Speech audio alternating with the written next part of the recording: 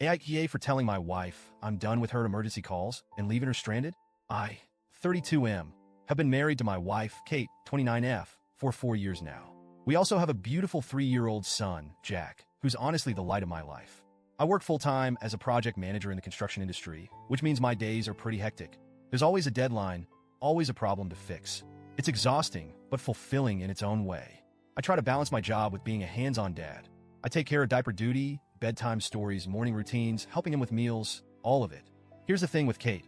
She's smart, sweet, and when we first met, she was a total breath of fresh air.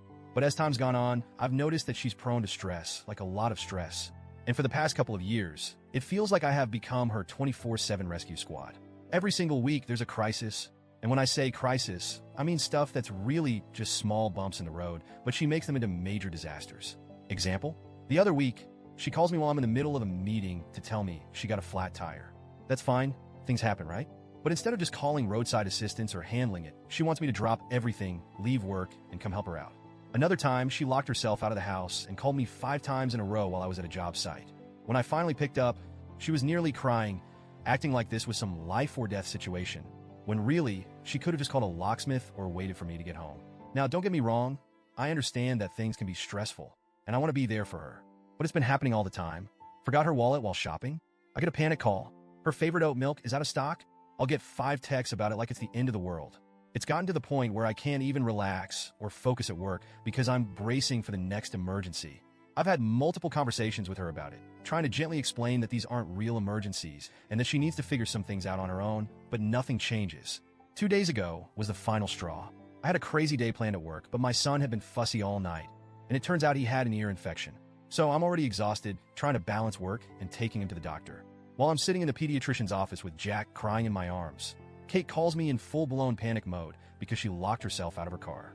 She's standing in front of a Target that's literally 5 minutes from our house. She's losing it on the phone, saying she's stranded and doesn't know what to do. I tell her calmly, I can't leave. I've got Jack with me, and I'm at the doctor's office. You'll need to call someone to help or figure it out. She starts arguing with me, saying she didn't bring enough cash with her, and the thought of calling a locksmith would be too expensive. At this point, my patience is shot. I tell her, look, you'll have to handle this one. I can't drop everything right now. Just call someone, and I'll deal with it later. She keeps pushing, but I stay firm, telling her I couldn't come and she needed to sort it out. Then, I hang up the phone. When I get home later, the mood in the house is, let's just say, frosty. Kate is furious with me. Apparently, she ended up calling a guy who charged her $150 to pop the lock on her car, and she's acting like this is somehow my fault.